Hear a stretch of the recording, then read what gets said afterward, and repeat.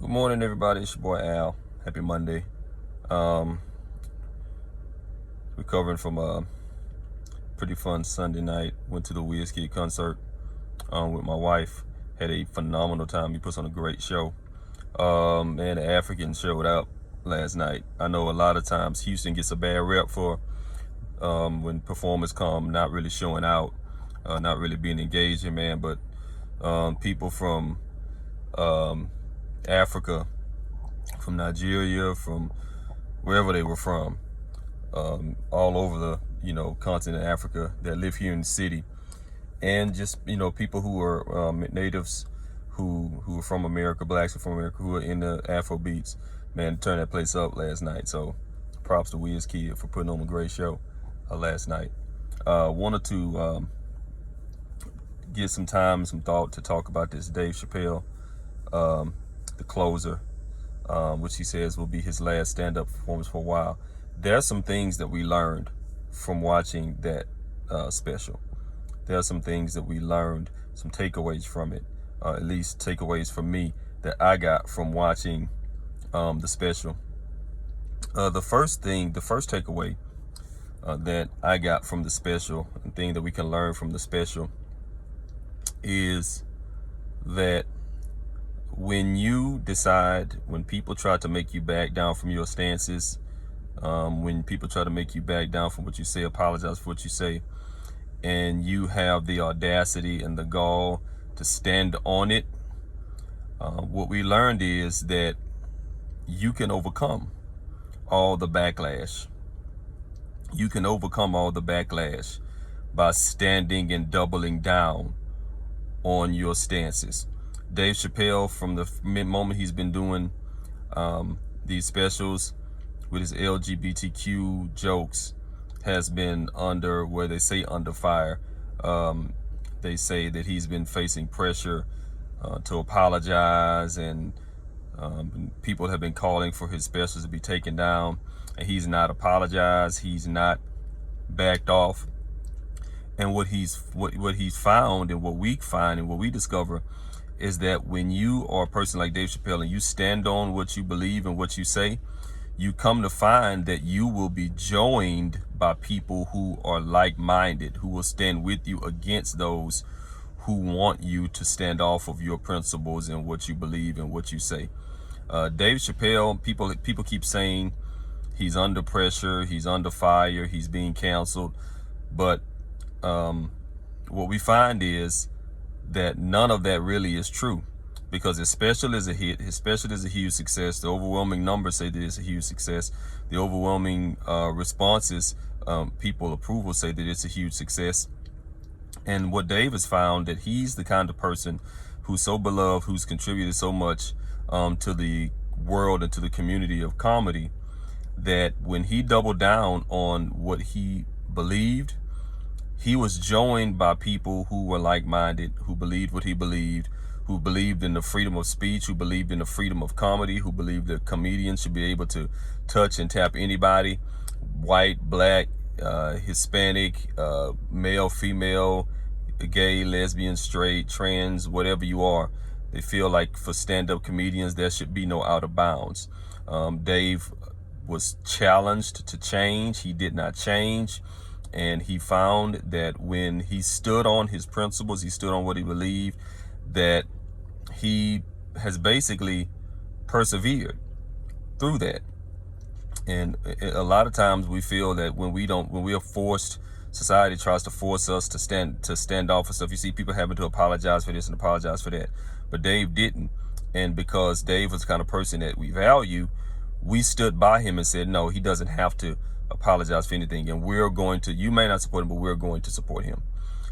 That's one thing we learned from the special. Another thing that we learned from the special is that not what the media tells us is not necessarily true on a big enough scale that you should concern yourself. What I mean by that is this. We have been told since the special came out, Dave is under fire. He's facing a firestorm. He's facing backlash. He's facing this, he's facing that. But in actuality, what does all of that really mean? The grand scheme of things, what does that really mean? Because if Dave's special is watched by 80 million people, but 2 million people are hitting every social media site up to talk bad about him, guess what? That's not a firestorm. That's not backlash. 2 or 5 million people uh, versus 80 million of us who say leave him alone is not a firestorm. And what the media does is they push their agendas and their perspectives and the way they want things to be viewed, when actually, when you look at the grand scheme, the global scheme of things, that's not the way things actually are. Dave isn't facing a firestorm. Okay, if he was facing a firestorm, his show would have been pulled. His show has not been pulled because he's actually not facing a firestorm. Actually, Netflix would be facing a firestorm if they pulled his show, because guess what? You would have tens of millions of people who would unsubscribe to Netflix if they pulled Dave Chappelle's show. Dave already showed how powerful he was by having people not go on Netflix and watch Netflix when they wrongfully put on his sketch show, Chappelle Show. When Dave spoke and we reacted, he showed everybody how powerful he is, and we showed what we were willing to do to support Dave. So Dave isn't facing this make-believe firestorm. Everybody else knows that they would be facing, that Netflix and all these other streaming services would be facing firestorms if they mess with Dave, because we, the public, would make our voices known. Tens of millions of people would unsubscribe to Netflix if his show was pulled. They're not going to pull that. People calling for his special to be pulled. Netflix isn't stupid, and Netflix also knows what the truth really is. And the truth really is, as powerful as the LGBTQ community is, they're not that powerful. They're not that powerful because tens of millions of people will unsubscribe to Netflix. Now, ask yourself one question. Does the LGBTQ community have enough numbers and support in their numbers to overcome the numbers that Netflix will lose? Or is the media painting an illusion that they have this mass army that can't be overcome? I think we're learning that when the media says stuff, to don't just take it as the gospel, to take it with a grain of salt. Because now one thing I will say, when your executives are members of the LGBTQ community, and they have family members that are part of the LGBTQ community, they will force these broadcasters to come on and paint a picture that is not the reality. The reality is Dave is uncancelable, if I can be allowed to use that word. He's uncancelable. Another thing we learned from this special is that the LGBTQ community really doesn't want to have a discussion. They just want to do whatever they want to do with no question, no discussion. They don't want to discuss or talk about anything. They just want to do what they want to do. And the minute you have a single question about what they do and why they do it, they want you out of here, because they don't want to have to answer hard questions or have to have a discussion about things that don't necessarily make sense to some people. Some of the sketches that offended the LGBTQ community are sketches that would prompt people to ask certain questions. And the LGBT community doesn't want any questions asked, which to me makes them sound like sort of an organized dictatorship. Because you don't ever get to tell me I don't get to ask you questions about stuff, or to why certain things all the way there, or why you do certain things. You don't ever get to tell me that. You don't. My mother and my father get to do that, because they gave birth to me. My mom gave birth to me. My dad he's my dad. He when I was living in his household, it was do what I do, and do what I say, and do what I say do. That's the way it is. And the LGBTQ can't mama and dad, can't son people just trying to make people go away and not ask questions and not mention things that are obviously great contradictions. So they don't want to talk. I mean, even when Dave's special was basically a come to Jesus meeting where that says, look, let's bury the hatchet. Let you understand. I understand you. Not only do I understand you, one of my best friends, Daphne, he talked about his transgender friend who opened for him, who committed suicide because she stood up on his behalf. And he basically was letting you know, I'm human just like you. I feel just like you feel. You know, these are jokes. We all need jokes to just get through life. And they wouldn't even let this man just do that. They just want people to just shut up about them. And it just brings the question, makes you ask the question, why is it, what is it that makes the LGBT community just not even want to have a discussion? Because that's basically what Dave said. Let's have a discussion. Let's understand one another. And that's another thing that we learned from Dave's special. Another thing that we learned from Dave's special, or specials together, not just the last one, but all of them together. What we learned, and what Dave alluded to, is there is a hierarchy in offensiveness. There is a hierarchy in offensiveness.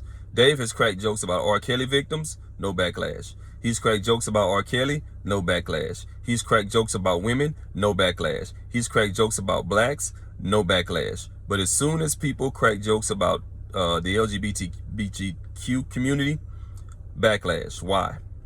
Well, a couple of reasons. Number one, we have to understand that even though they're not as large a group as the world would make you think that they are, the world would make you make you believe, or lead you to believe, that the LGBTQ community is about 70% of the nation, or 70% of the population, and they're simply not. But in spite of that, they do sit in very high places. They do sit in very powerful spaces.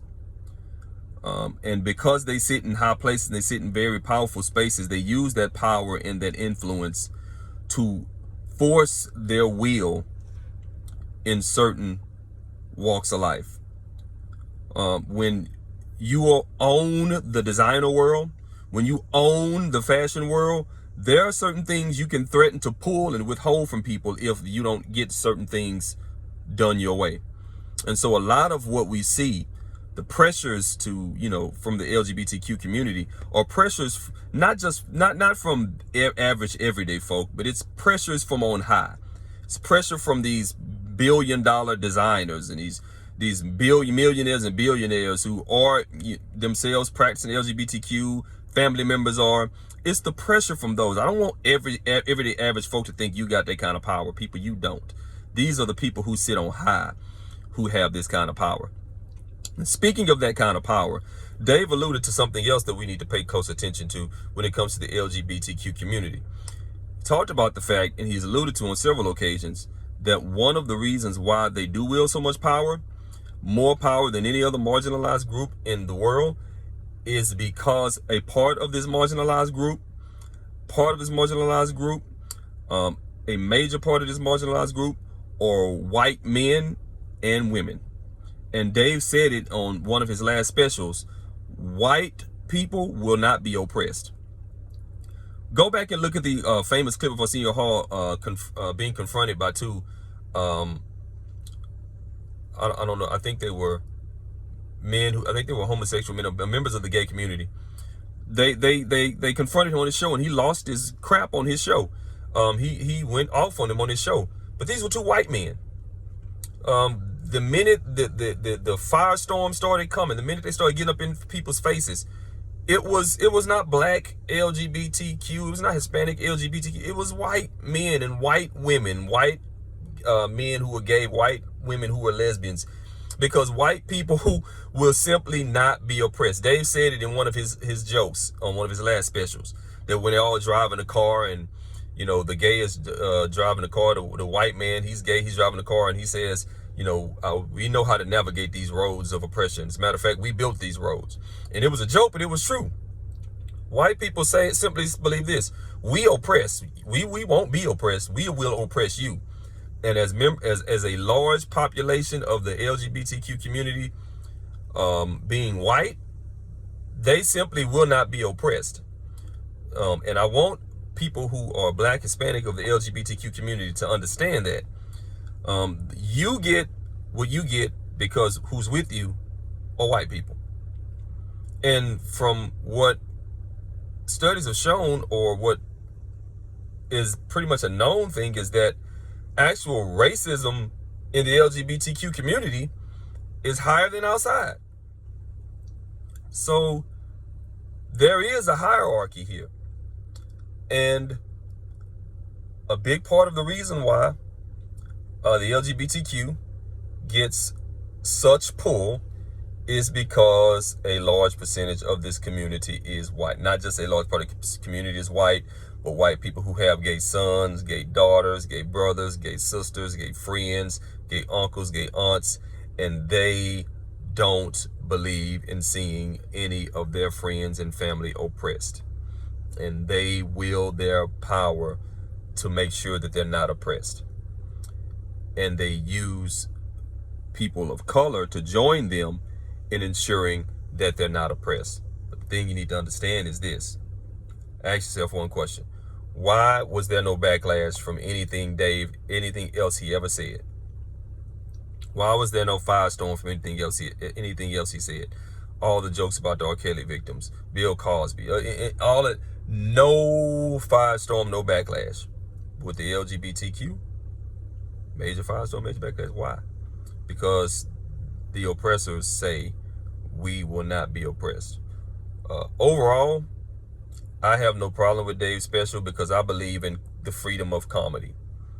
As a black man, somebody asked me, well, what if somebody got up saying all kind of inappropriate things about black people? I say, well, number one, if there's some truth to it, and if it's funny, I'm gonna laugh. If a white person get up on stage cracking jokes about black people eating chicken, I'm gonna laugh. If it's funny, and then I'm gonna laugh, not only because it's funny, but hell, it's true, we do love chicken. We have killed people over, Popeye's chicken sandwiches. So let's not act like, we are unapproachable or untouchable when it comes to being joked about, like we don't have tendencies or idiosyncrasies or things that people can make fun of, just like white people do, just like Hispanic people do, just like Asian people do, just like gays and transgender people do. And what we need to understand is if we're all going to get along, we all have to learn to laugh at and with one another. One of the things we used to do when I was in school is we used to play the dozens, and we used to rank at each other. We used to talk about each other in a comical, funny, clever way. So we can come up with the funniest, the cleverest thing. But we all knew that it was just a way to bond. We weren't trying to hurt each other's feelings or put each other down. We knew it was a way to bond. And some of my closest friends are people we used to play these little games with. And so for me, with Dave's special, I believe in the freedom of comedy. And I believe that things that that I mentioned are things that we learned. That Dave is showing us that you can overcome their backlash by threatening to raise your own hell. You can overcome their firestorm by threatening to cause your own firestorm. And the powers that be knows that Dave is the wrong one to mess with. Dave is not he's the new Richard Pryor. He's the new George Carlin. He's the comedian who has combined intellect, intelligence, and comedy and controversy better than anyone since the two I just mentioned, Carlin and Pryor. He's Carlin and Pryor all rolled into one of the greatest of our time. And instead of trying to hush him, we should be trying to learn from him. Because not only, I don't know if you realize this, but there is a lot of teaching going on in his comedy. A lot of teaching going on in his comedy. And so for me, I say Dave is well needed. And bravo, Dave. And if we don't see you in a long time, man, you one of the GOATs. You one of the all-time greats. So that's my take on it. Thought it was a great show. Thought there was much to learn. I thought there were many lessons to take from what he said and what was going on in the aftermath of what has come about. But tell me what you think. You think Dave went too far? You think he didn't go far enough? You think he's right on the money? What do you think about? Do you think he was too offensive, or do you believe in the freedom of comedy and the freedom of speech? Let me know what you think. Put it in the comment section. Don't forget to click like and subscribe. And we're going to be back with y'all shortly. Later.